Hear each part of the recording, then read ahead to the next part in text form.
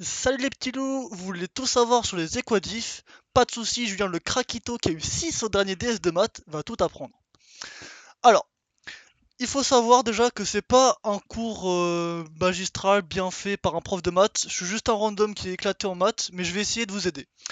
Alors, les équadifs, c'est assez simple, il faut juste apprendre tous les cas de figure par cœur et savoir identifier chaque type d'équation. Tout d'abord, on va commencer par les équations homogènes linéaires. Alors, il faut garder en tête que à chaque fois, notre but, c'est de nous ramener plus ou moins à une équation homogène, à une équation homo. Parce que nous, on adore les homos. Alors, c'est quoi une équation homogène? On va essayer d'identifier le type. Une équation homogène linéaire, c'est du type y' égale à y. Évidemment, ça revient à dire que y' plus ou moins ay égale 0. Ok. On a, imaginons, une équation de ce type-là. On nous demande de trouver la solution. Alors il faut savoir que la solution générale, attendez, on va écrire ça en rouge, la solution générale est égale à la solution homogène. Très bien, qu'est-ce que la solution homogène? La solution homogène d'une équation homogène linéaire, pardon, c'est égal à C, une constante arbitraire qu'on ne cherchera pas dans un premier temps à trouver, exponentielle de l'intégrale de A. A, le facteur devant le Y. Alors, exemple, on a y' moins 4y, c'est dégueulasse, égale 0. Très bien. Y' est égal à 4y. La solution générale, c'est égal à c exponentielle d'intégrale de 4. Très bien, on a trouvé la solution, ça nous fait du c exponentielle 4, je crois. Je crois qu'il y a un t peut-être. Enfin bref. Ok, on s'en branle, c'est juste la théorie. Ok, on a une équation homogène linéaire, mais évidemment, c'est le cas le plus simple, c'est celui qu'on va croiser le moins souvent. Souvent, on va avoir quelque chose de non homogène. Comment on fait quand on est non homogène? Quand on n'est pas homo. Pas homo, c'est pas bien, nous on veut du homo. Alors c'est quoi le type? Toujours on cherche à identifier le type pour être sûr qu'on est bien dans du non homogène d'ordre 1. Eh bien, si on a quelque chose de ce style-là, y' plus b de x, y plus c de x égale 0, c'est pas homogène. Pourquoi? Parce que comme tout à l'heure, c'est la même chose, on a y' plus b2x y égale, et là, c de x est égal à autre chose. Exemple, je prends le même cas que tout à l'heure, y' moins 4y est égal à 2. Y' c'est y', b de xy c'est 4y, c'est moins 4y, c de x c'est 2. Ok, le cas pue la merde, c'est pas cool, c'est pas du homogène. Alors, ce qu'on doit apprendre par cœur, c'est que la solution générale d'une équation d'ordre 1 non homogène, c'est égal à la solution de l'équation homogène plus une solution particulière, YP. Alors, comment on procède? On a quelque chose de cette forme-là. Tout d'abord, on va faire comme si le c de x n'existait pas et était 0, comme le cas qu'on a vu juste avant, on a du y' égal à y. Exemple, imaginons que c de x était égal à 0, on sera avec du y' égale b de x, ou a de x, ou a, ou comme tu veux, y. On résout de la même manière que tout à l'heure et on obtient YH. C'est exponentielle intégrale de A. Très bien. Là, on a YH, mais on sait que notre solution, c'est YG entier, c'est pas seulement YH, c'est YH plus YP. Et ben, YP, c'est une solution particulière évidente. Exemple, dans ce cas-là, est-ce que je peux trouver une solution particulière évidente pour Y? J'en ai pas, force à vous, mais il y a plein de cas de figure assez simples sur des exos sur internet où vous trouverez évidemment le YP qui résout l'équation. Tout simplement, vous cherchez un Y tel que sa dérivée moins 4Y égale à 2. Ok. Maintenant, on sait comment on fait pour résoudre d'ordre 1, que ce soit homogène ou non homogène. Mais on n'a pas vu certains cas de figure plus complexes. Par exemple, les équations de Bernoulli. Jusque-là, on avait quelque chose du style AY' plus BY plus, plus C. Ça, c'est ce qu'on sait résoudre, égale 0. Mais si par exemple, on vous met quelque chose du type AY' plus BY plus C, YH, par exemple le Y au carré, est égal à 0. Et bien là, on est dans le cas d'une équation de Bernoulli. Pardon, pas YH, Y lambda. Enfin, ça revient même, hein, mais bon. Eh bien, comment on procède?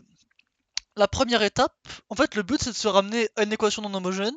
Le but, attends, je recommence. Le but dans une équation de Bernoulli, c'est de se ramener au cas non homogène pour se ramener au cas homogène. On cherche toujours à revenir homo à un moment ou à un autre. Donc, on va diviser toute cette équation par y lambda. Donc 0 sur y lambda, ça fait 0. Et on va diviser tout par y lambda. Ça va nous permettre d'éliminer ce facteur et d'avoir seulement du c. Et ici, on va avoir quelque chose sur y lambda. Sur y lambda, pas. Sur y lambda, sur y lambda. Et là, on va barrer. Ok. Le problème, c'est que c'est toujours pas le cas de figure qu'on avait tout à l'heure. Eh bien, tout simplement, on va poser une variable z, qu'on peut appeler comme on veut, hein, z de y. Ça s'appelle un changement de variable. Et on va poser aussi z', sa dérivée, afin d'exprimer y' sur y lambda et y sur y lambda, de façon à obtenir à la fin quelque chose de non homogène du type a z' plus b z plus c égale 0. Ça s'appelle un changement de variable. Lorsqu'on procède à un changement de variable, on est capable de se ramener d'une équation de Bernoulli avec quelque chose qu'on ne sait pas résoudre à une équation non homogène qu'on sait résoudre parce qu'on va passer par la solution classique YG égale YH plus YP. Ok, on a vu maintenant trois types d'équations pour résumer. Les équations homogènes linéaires. Hop, équation homogène linéaire de la forme y' égale AY avec pour solution YG égale YH. On a vu les équations non homogènes avec quelque chose du type Y' plus AY plus une constante égale 0. Donc là, on sait résoudre, c'est la forme YG égale YH plus YP. Et maintenant, on a vu un cas de figure particulier des équations de Bernoulli. On va voir un autre cas de figure particulier des équations de Riccati qu'on sait aussi résoudre avant de passer à l'ordre 2. Équation de Riccati, comment ça fonctionne? C'est exactement comme Bernoulli en un peu plus chiant. Ce petit filou de Riccati. Alors quel est le type, la forme qu'on doit identifier pour savoir si on se retrouve dans une forme de Riccati? À nouveau, je rappelle, la méthode pour identifier le type, c'est connaître tous les cas de figure et reconnaître, identifier terme par terme dans quel cas de figure on est. Alors c'est quoi les équations de Riccati? On est sur quelque chose de AY. Quand je mets AY', c'est A fonction de XY'. Hein. AY' plus BY plus CY carré plus D égale 0. Même cas de figure qu'avant, sauf que là on n'a pas Y lambda, on a Y carré plus D égale 0. Donc plus, par exemple, je sais pas, plus 4. Ok, comment on résout ça? D'abord, on cherche une solution évidente phi 0 à cette équation de con là. Si on n'en a pas, c'est très dur, mais généralement, elle est évidente, c'est fait exprès dans les exemples qu'on va vous donner. Ensuite, on va poser z égale y moins phi 0, la solution évidente. Et avec ça, on va pouvoir transformer notre équation qu'on ne sait pas résoudre, celle-ci, en une équation de Bernoulli qu'on sait résoudre, qu'on a appris juste avant. Comment on fait? Eh bien, tout simplement, on obtient, en posant cette variable z égale y moins solution évidente, on obtient a z', donc la dérivée de ce qu'on vient de poser, plus, attention c'est chaud, z facteur, donc z c'est y moins phi 0, facteur de b plus 2c phi 0. Phi 0 dépend de x évidemment. Hein. Phi 0 plus, donc là c'est le terme en z', le terme en z, plus, du coup pour pouvoir avoir quelque chose de Bernoulli qu'on sait résoudre, c'est z carré égale 0. Là, qu'est-ce qu'on a fait? Grosso modo, on a éliminé notre terme d qui nous gênait, afin de pouvoir obtenir le type Bernoulli AY' plus BY plus CY lambda.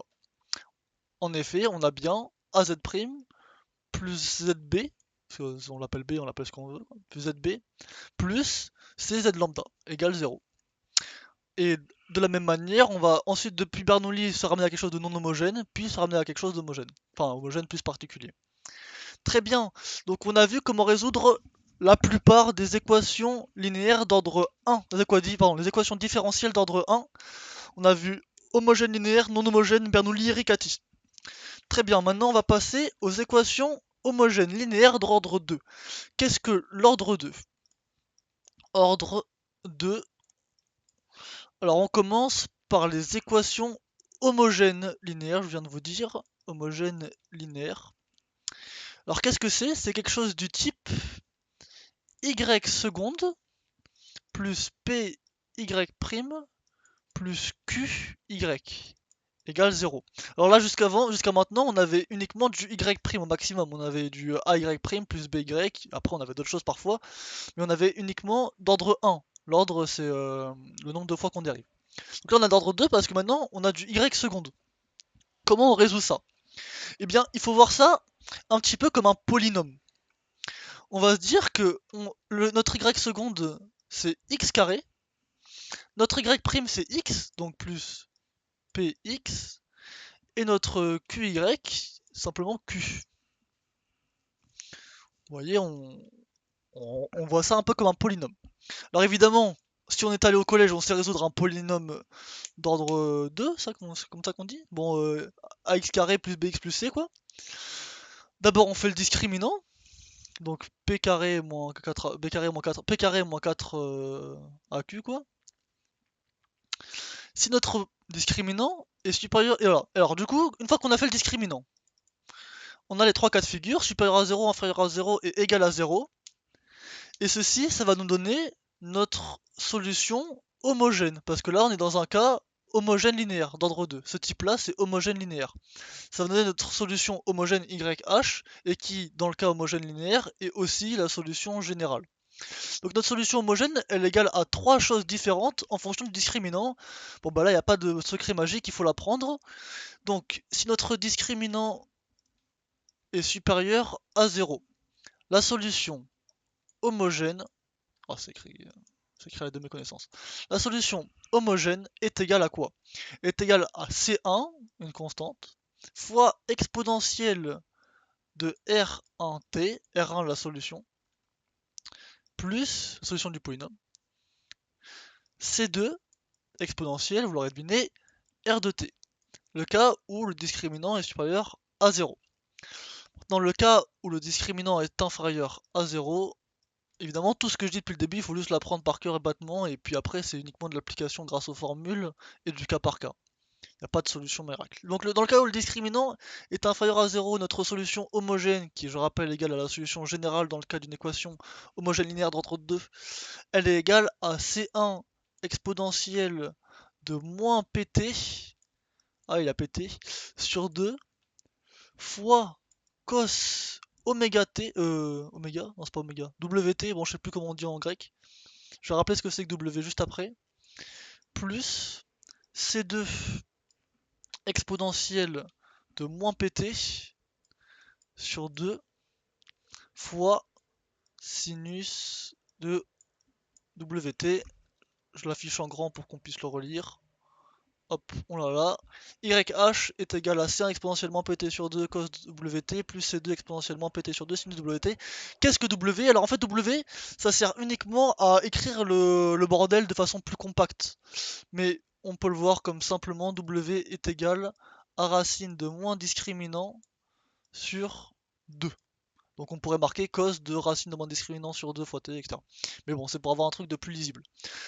Donc on a vu le cas où le discriminant est supérieur à 0, le cas où le discriminant est inférieur à 0, maintenant le cas où le discriminant est nul.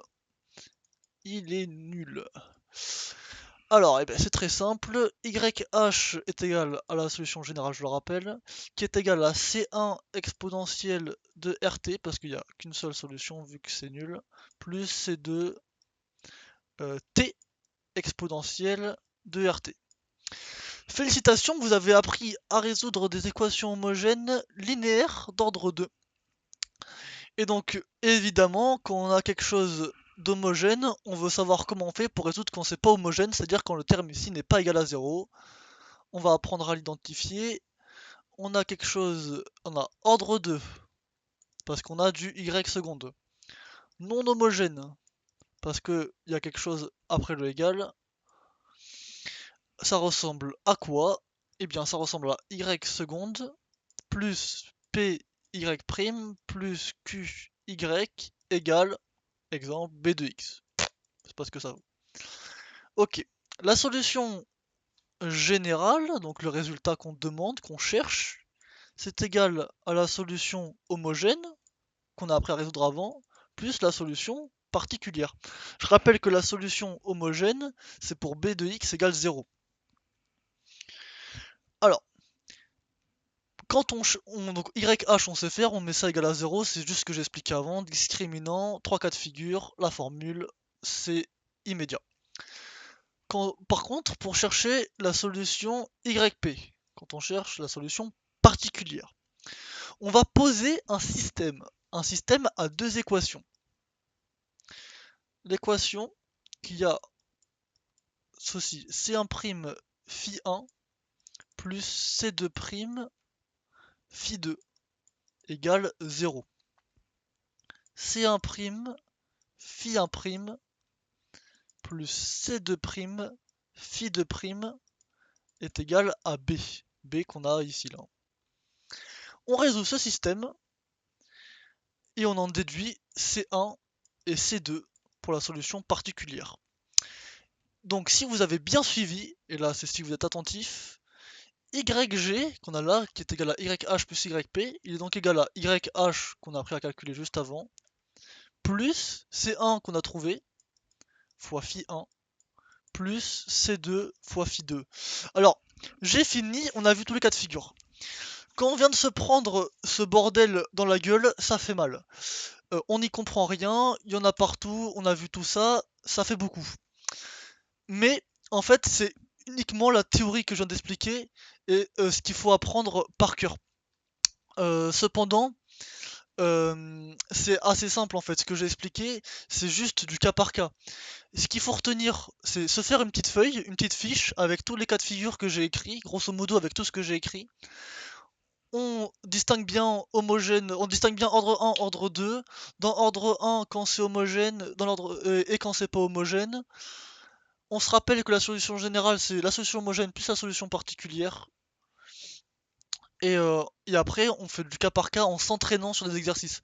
Le plus dur en équadif, c'est que face à l'examen, en fait, on arrive à identifier dans quel cas de figure on est, si on est d'ordre 1, si on est homogène, si on est non homogène, Riccati, Bernoulli, etc. Mais le truc, c'est qu'on n'arrive pas à résoudre parce que même si on connaît la théorie, il faut réussir à l'appliquer. Par exemple, il faut trouver la solution particulière, il faut trouver la solution évidente. Il faut en avoir pratiqué. Donc une fois qu'on connaît toute la théorie, qu'on la connaît par cœur et qu'on a une fiche pour faire ses exos pour s'aider, on se bouffe de l'exercice en balle, soit par manuel, soit sur internet, etc. Voilà, c'était tout pour les équadifs. J'espère que ça a pu vous aider. Si vous avez des questions, je suis disponible.